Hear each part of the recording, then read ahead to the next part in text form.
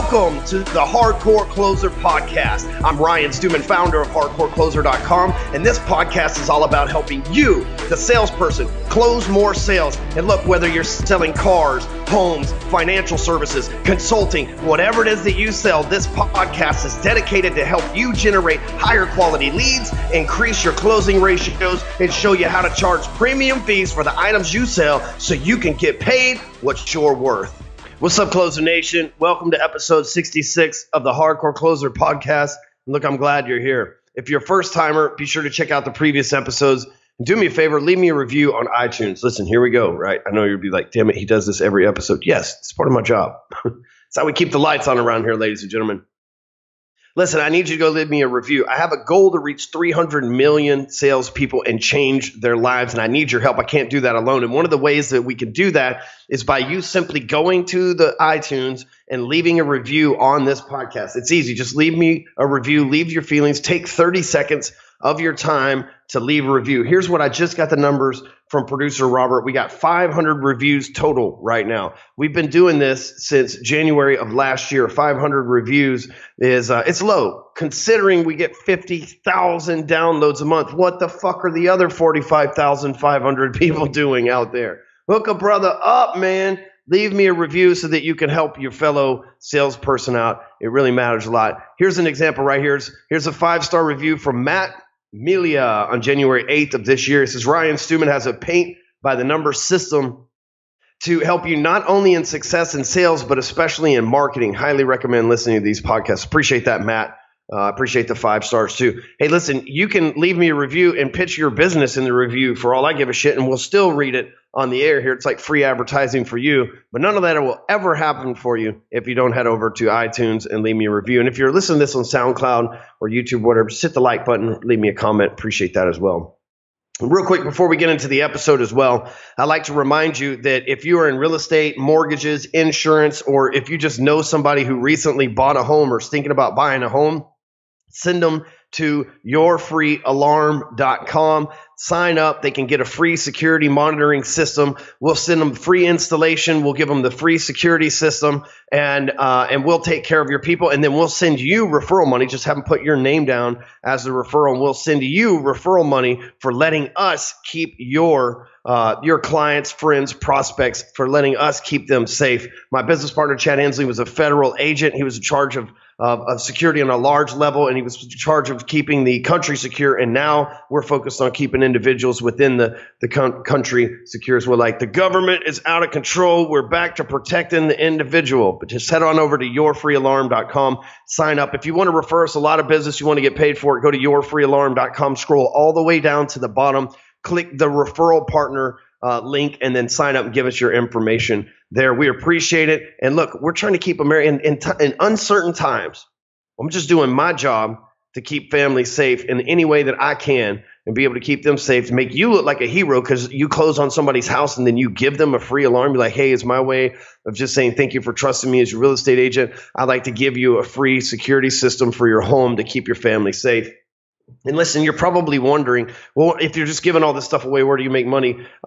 First of all, I have a completely different set of professionals that run the yourfreealarm.com than hardcorecloser.com. And the other thing is, well, we make our money and we sell additional stuff, right? We offer them additional options: video cameras, live feeds, trip wires, Gatling gun, ceiling protectives. Anyway, we offer all sorts of stuff. So they have a choice to where they can take the minimum, and that's absolutely awesome. Or they can load up and be ready for like World War III. We'll dig them a fucking bunker in the backyard if that's what they need. Just head over to yourfreealarm.com and get signed up. All right, let's jump into the episode. 7 reasons why your prospects keep telling you no.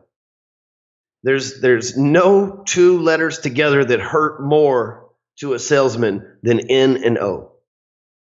When we hate it, we deal with it, we hate it, but it never gets easier to hear. Every time somebody tells you no, or to fuck off, or calls you a slime bag, or says you bait and switched them, or whatever the fuck they do to us as salespeople, it never gets easier. It always gets to us. I can't speak for everybody, but for the people that I talk to, it never I can't say that it doesn't get easier. You kind of go immune to it. I guess like if you're a doctor and people are dying or whatever, and you just kind of get used to people dying, or if you work in the morgue, you're used to looking at dead people. It just becomes normal. But the thing is, like with sales, man, we don't like no. We're doing everything just like the doctor's trying not to let people die. They're trying to save lives, not let lives expire. And the thing with us is we don't like hearing no because that means that the sale's dead. That's not our job. Our job is not to kill sales. Our job is to close sales. And if we hear no, oh, it fucking stings. Some of us take it personally. You're like, did he just tell me no? Did you say no to me? Like you're trying to date somebody and they broke up with you or something like that. But here, there's some clear reasons why you get the word no told to you. And I'm going to break it down, 7 of the major reasons why prospects keep telling you no. But man, no is a hard word for salespeople. And we're such hard heads. We've come up with phrases like every no gets you that much closer to a yes. Anybody ever said that out there? I know, right? And we say, oh, well, every no I hear just makes me, it's like, dude, it sucks, man. People tell you no. You're not working for no. And so if you hear no, it sucks. And we can Jedi mind trick ourselves into thinking that no's okay and all that. Hey, that's great, right? That's the things that we have to do as salespeople. But what if I could help you out today? What if I had a proposal for you, my friend? What if I could help you out today to avoid getting told no? See, here's the first step. The first step is you have to learn something. You have to be made aware. You have to wake up, right? That's all one step. You have to learn something which makes you aware and wakes you up, right? And once you learn something, you have to actually do it. So you have to implement the knowledge, implementation. Once you learn something, you got to do it. And the third way to reach mastery, the third step, is to teach it. And so today what I'm going to do is I'm going to wake you up. I'm going to make you aware. You're going to learn. But if you're going to master these things and you're going to master the art of getting a yes, now that I'm going to wake you up to hearing why you're hearing no's, your job is going to be to do what you can do and what you learn today, and we'll implement what you learn on this episode today to avoid no so that you can teach others down the road too. That's what a lot of folks move into sales management, which we should totally do an episode on that. It's like, should you take a job in sales management or should you stay a salesperson? I think that's a good one. Just throwing that out there. Producer Robert, write that shit down. Anyway. All right. So reason number 1, prospects keep telling you no is that you lack confidence. Look, people don't buy products. People don't buy solutions, especially if you're face to face or if you're on the phone. But people don't buy products. They don't buy solutions. They buy into a few things, right? They buy into the fact that you have empathy, which means you understand their situation. And then they buy into your confidence that you can solve their situation, resolve their situation, I should say. So they're looking if you lack confidence, you're going to hear the word no, because prospects are looking for confident salesperson. The salesperson that says, step right over here, buy this, it solves your problem. I've seen it happen 100 times. Those people buy. The salesperson that goes in there, he's real timid. I think this is the solution for you, sir. You should look into this. Right? You're not going to sell anything. That's why they tell you no, because they are confident. You think about it like a little meter going back and forth, right? Either confidence in the salesperson or confidence in the prospect, a little meter going back and forth. But if you're inconfident, right? Like if you're unconfident or whatever the fuck the word is, the opposite of confident, right? If you're timid, then that gives them the ability to hold influence over you and their confidence goes up. Oh, this sales guy is not going to sell us anything. We're going to tell him no. No, motherfucker. No. Nope. Nada. Nope. No. Nine. No. Right? They got confidence against you. You've got to be the more confident person in the situation. And so when you go to offer a solution, don't offer a solution as if it might. Offer a solution from a matter-of-fact standpoint.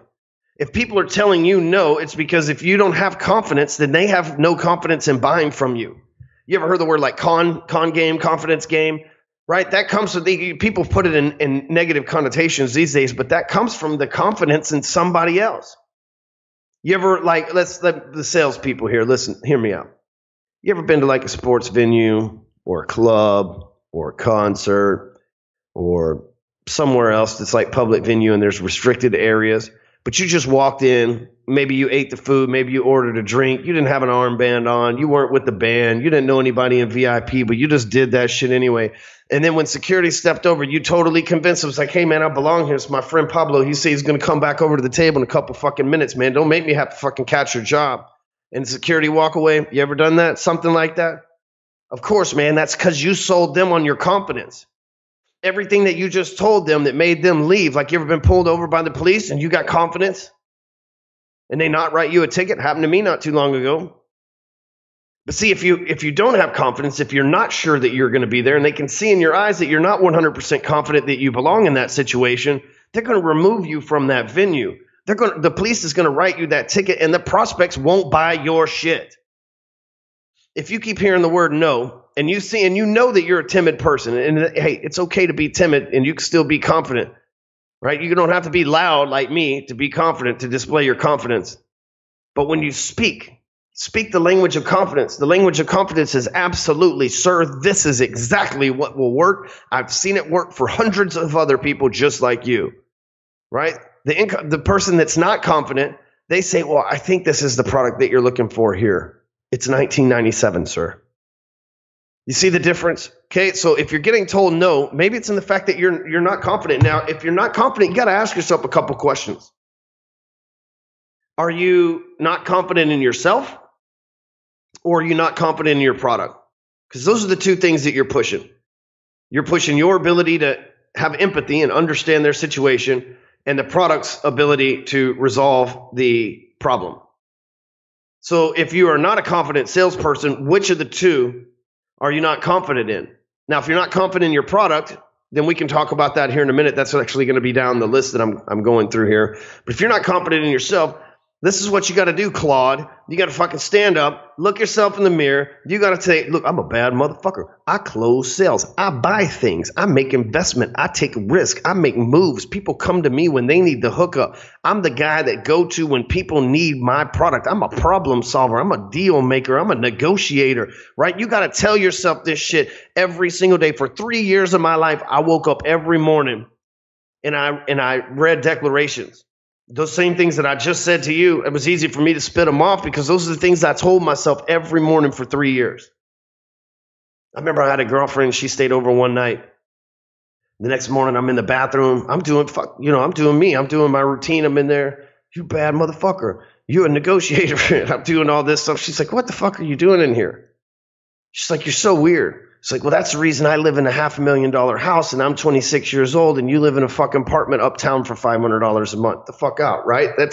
You can't let anybody throw you off of your fucking vibe, man. If you want to be confident, you got to be able to look in the mirror and you got to be able to fucking tell yourself that, like, if you're going to be confident, then you've got to be better than everybody else. So why wouldn't you look yourself in the mirror and tell yourself that you're better than everybody else? I may go back to doing that shit, man. I'm going to do what I'm going to do is when we move into this office next month, I'm going to instill affirmations into our groups. We're going to say them together in the morning. It's going to be like the Wolf of Wall Street in this motherfucker. All right. Number 2, lack of product knowledge. Now, see, this is the second part. If you're not confident in yourself, I just told you, man, affirmation sounds stupid. It does. Affirmation be like, I'm not going to look in the mirror and tell me I'm a bad motherfucker. Well, that's part of your problem. Problem is you think you know it all and you don't. Okay.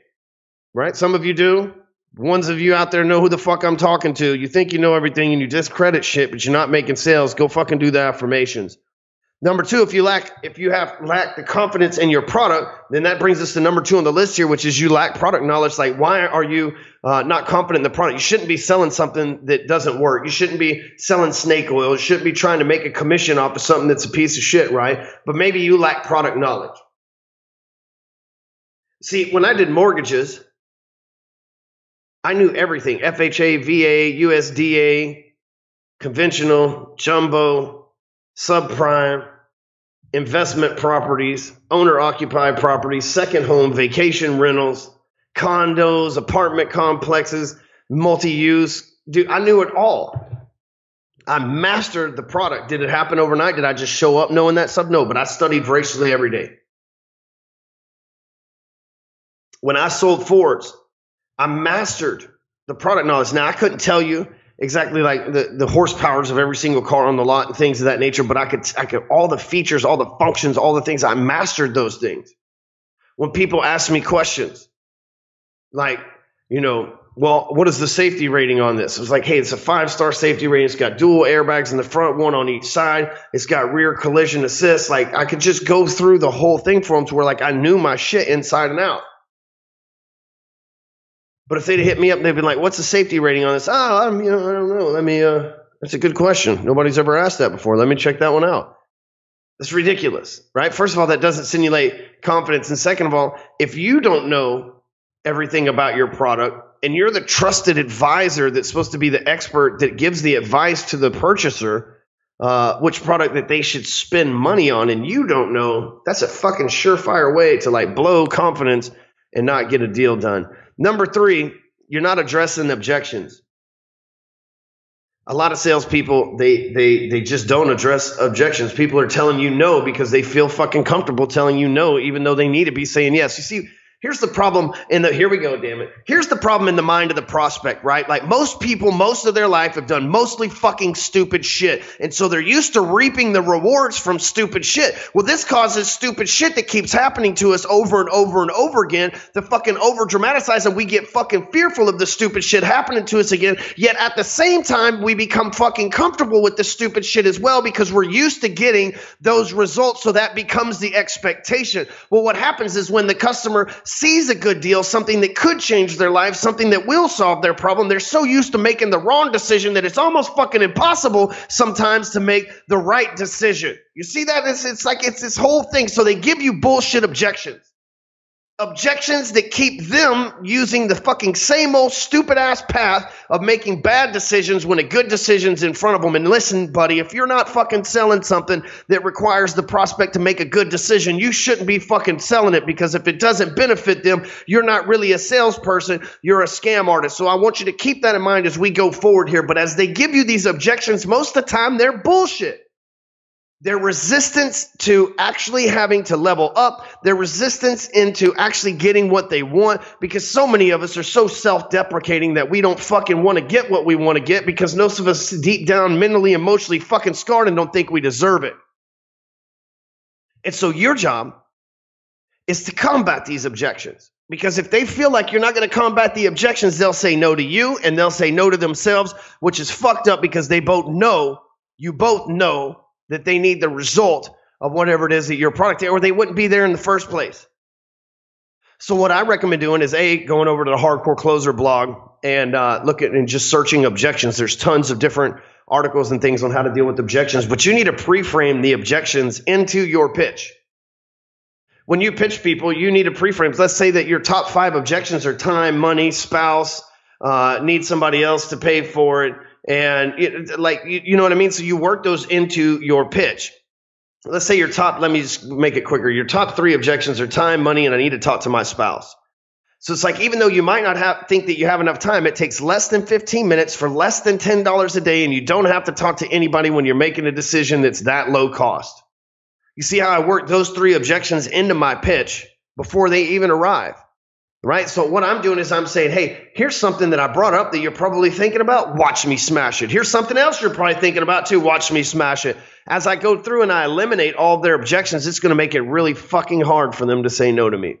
Same thing will happen for you. Number 4, your personality. Right? If they're telling you no, it's your personality. Could be. Hey, man, you're really cute. You got a nice butt, but you know what? Your personality sucks. I got to let you go. Have you ever said that to a chick? I know I have. It's like, hey, girl, you're cute.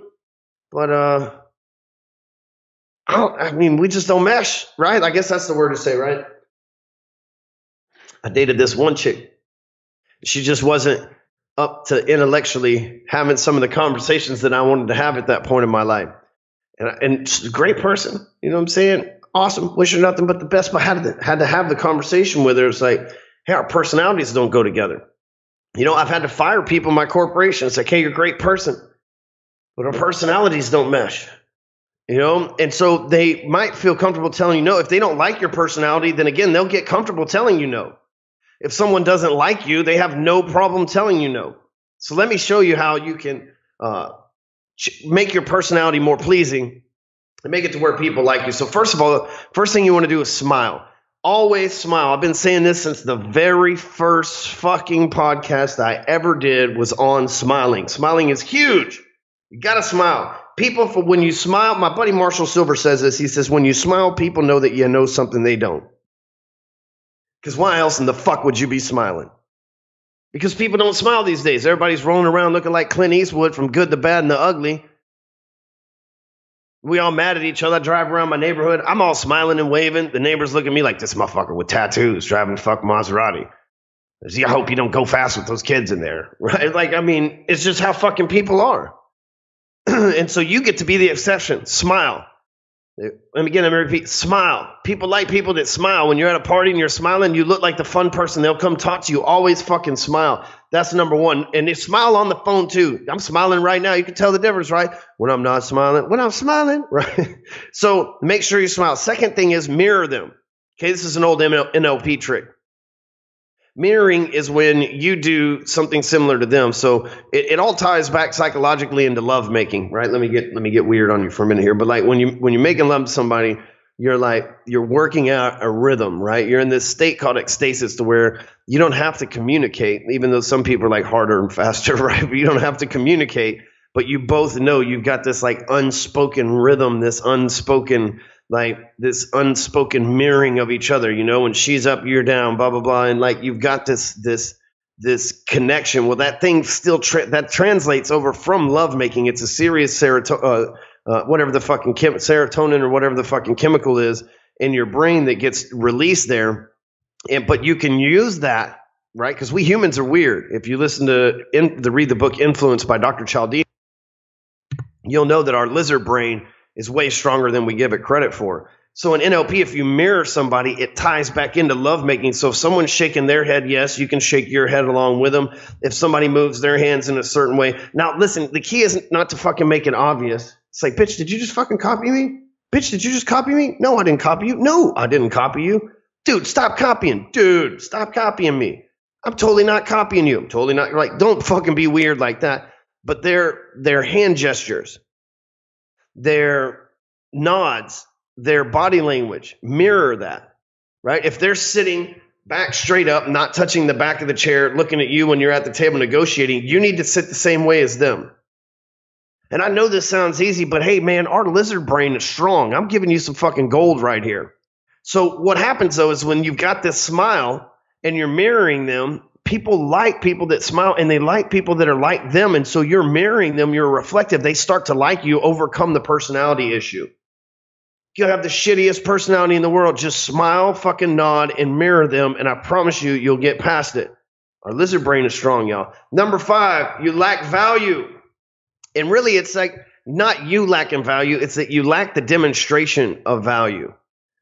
People will buy, like somebody could not be looking for a deal and you could show up with a deal and they will buy it based on value. We just did a podcast on that a couple of weeks ago. You should check it out. It's search value on the hardcorecloser.com blog. But here's the thing with value, even if somebody doesn't want something, if the value's right, they'll take it. For example, you're not in the market, maybe you're not in the market to buy a house today. Let's do something better. Maybe you're not in the market to buy a Ferrari today. And maybe you don't have $30,000. But if I told you that I could get you a 2010 Ferrari 458 for $30,000, do you think you could come up with 30 G's by the end of the day to be able to drive it? And by the way, it only has 5,000 miles on it, right? There's value there because you're like, shit, that's a hell of a deal for a Ferrari. I can make money off of it if I wanted to after driving it for a while. That's a low loan to value. That's value, right? And so you can see that if you're not doing that same enticement with your offer, then the people, if they don't see the value in something, they're not going to buy it, first of all. But your job is to increase the perceived value, right? So like with Break Free Academy Entourage, the actual value, if we appraise it out and do the retail, and we've done an episode on this too, is $36,500, but you can get it for $2,500 for an entire year. You see, so that's $34,500 worth of value they're getting extra at no cost to them. It's hard to pass that up. And so when you're positioning where you're selling cars or insurance or anything else, it's like, hey, we're going to give you all of these exceptions. Without these exceptions, here's the real price. but here's the price I'm going to give it to you today. Hey, here's the sticker price, but here's the price that you're going to be able to get it for today. Hey, here's the true interest rate, but here's the interest rate that you're going to be able to get from us. Okay, number 6, you look like shit. I'm just calling it is what it is. And you might say, this motherfucker wears a t-shirt in all of his videos. What in the fuck is he talking about look like shit? Here's the thing, though. You ain't never seen me. I wasn't clean shaved. You never see me when my hair wasn't fixed up right. It's not like I'm a fat slob. I'm not saying that I'm like ripped and in great shape, but I'm just saying I work out. I take care of myself. So when I do have a t-shirt on, I don't look, and it don't have barbecue stains on it, and it doesn't look like I've been wearing the same t-shirt for 3 or 4 days. I shower every day. So when you see me, I might have a t-shirt and jeans on, but I'm well clean cut. I'm groomed. I'm fucking shaved. And like I said, I exercise, so I have some sort of health projection. We'll just say I'm drinking green juice too right now, by the way, every week when we do these things, every day really, but I'm saying every week I'm drinking green juice during the show. But if a lot of people, they think, okay, well, Stewman can show up in a t-shirt and jeans and handle business, and so can I, but they forget to shower, and their beard fucking has more germs in it than a toilet. And like, guys, seriously, like, I like beards, man, but if you're gonna fucking have a beard, keep that shit clean. Quit running your fucking hands through it all the time, because if you're talking to prospects and you fucking running your hand through the beard, all they're thinking about is, God damn it, that's gross. I'm telling you, man, like, if you look like shit, like, it's okay to have a beard. I'm happy for you. Fucking stroke that shit at home when you're on your own, right? Treat your beard like your fucking dick. Stroke it when you're all on your lonely and nobody's fucking watching. Okay, don't be fucking doing that as you're talking to people. I talked to a fucking sales guy the other day. He's got one of these, like, nice Duck Dynasty beards, which is cool. I'm cool with beards. I like them. But don't be fucking, when you're talking to me, trying to sell me some shit, don't be trying to fucking rub all up on your beard and shit like that, man. I'm like, is this the male equivalent of when a chick fucking messes with her hair and you're talking to her at the bar? Like, what in the fuck, buddy? You're really starting to make me worry here. I married him. You tried to come home with me. I'm just playing. But like, listen, you've I gotta say, you gotta make sure that even if you wear a t-shirt and jeans, that you look clean. The t-shirt's clean, the jeans are clean, your hair is groomed, your face is shaved. I like, for me, I have tattoos and everything else. I shave my arms. I just make sure that I'm well groomed and clean cut, so that when I do show up in a t-shirt, they think, well, he's wearing a t-shirt, but you know what? He looks like he takes good care of himself. He smells clean and stuff like that. Some of you motherfuckers show up to the job wearing a suit and you look like shit. And you got to just clean it up, man. You got to clean up. You got to get your suit tailored. If that's what you got to wear, you might as well look fucking good in it, man, because people don't buy from people that look bad, right? I'm telling you, if you put a good-looking motherfucker like Travis Plum that works for me up against a fucking slob, and the slob's got a fucking better deal and a better fucking, like, the slob's got a better fucking value and everything else, they're going to fucking still buy from Patrick. You put both those dudes on video, give them the same pitch. Who the fuck is going to buy from who?